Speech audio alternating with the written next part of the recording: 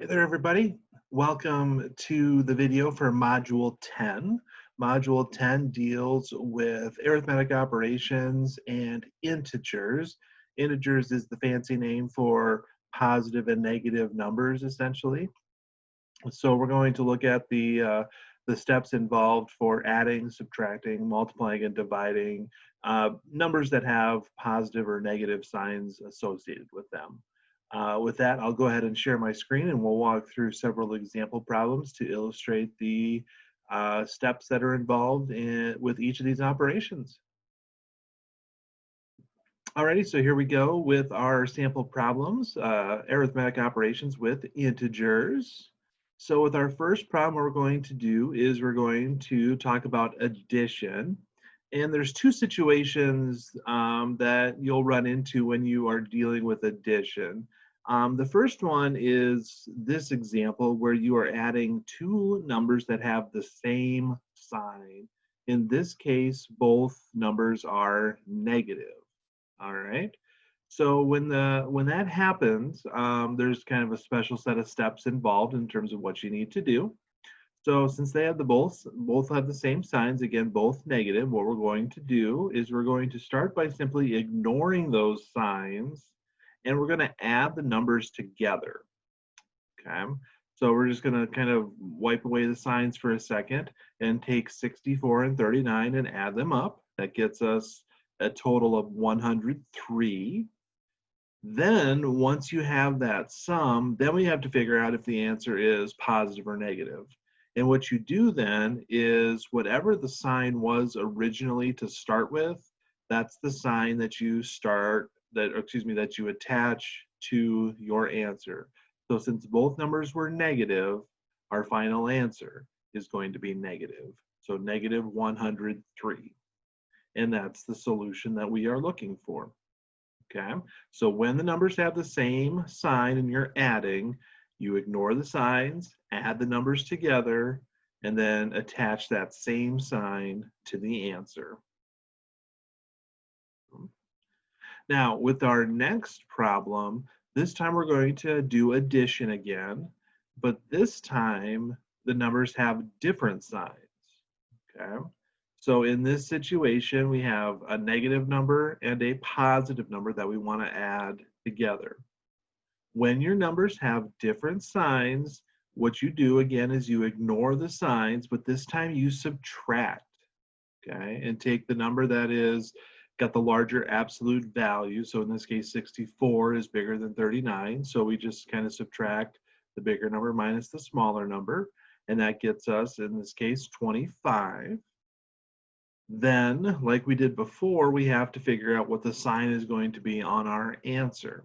And the way that you decide is you look to the number that has the bigger absolute value, or in this case, the number that in general, when you ignore the signs, is the bigger number. So in this case, 64 is bigger, and 64 was originally negative.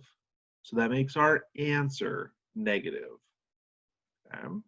So when it comes to adding numbers that have different signs, you ignore the signs and subtract, and then you attach the sign from the number that had the bigger absolute value. So our final answer in this situation is going to be negative 25. Okay. So those are the two situations that you'll run into when you are adding integers, adding signed numbers together. So just make sure you're careful whether you add or subtract, depending on whether you have the same sign or different signs. All right, now our next situation is, what do you do when you subtract numbers that have signs attached to them? Okay, so we're going to find the difference. So this time we've got negative 82 minus negative 45. Okay. Now, the rule that you follow when it comes to subtraction is we do what's called adding the opposite. Okay. So in this situation, what essentially happens is when you see two negative signs that are back to back like this, when you add the opposite, the first minus sign becomes addition, so it becomes a plus. And then the opposite of negative 45 is positive 45. So we end up adding 45. Okay, we added the opposite.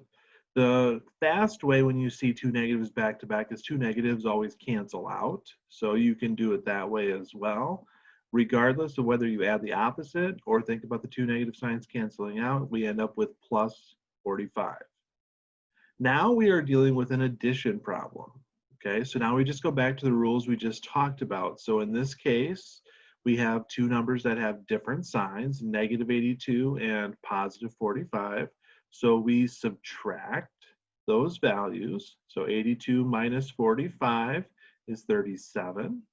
And then we look to the bigger number, the bigger absolute value. So 82 is larger than 45. 82 was originally negative, and so our answer is negative. So our final answer is negative 37. So with subtraction, basically the rule is convert it into an addition problem by adding the opposite, and then follow whatever rules are applicable based on addition, whether the signs are the same or whether the signs are different. All right, let's shift gears now. Let's talk about multiplication. And with multiplication, the rules are a little bit easier actually than with adding and subtracting.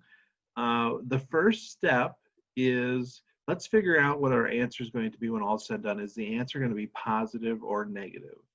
And what you do is you count up the number of negative signs that are in your problem. So in this case, there are two negative signs. Since 2 is an even number, what that means is our answer is going to be positive.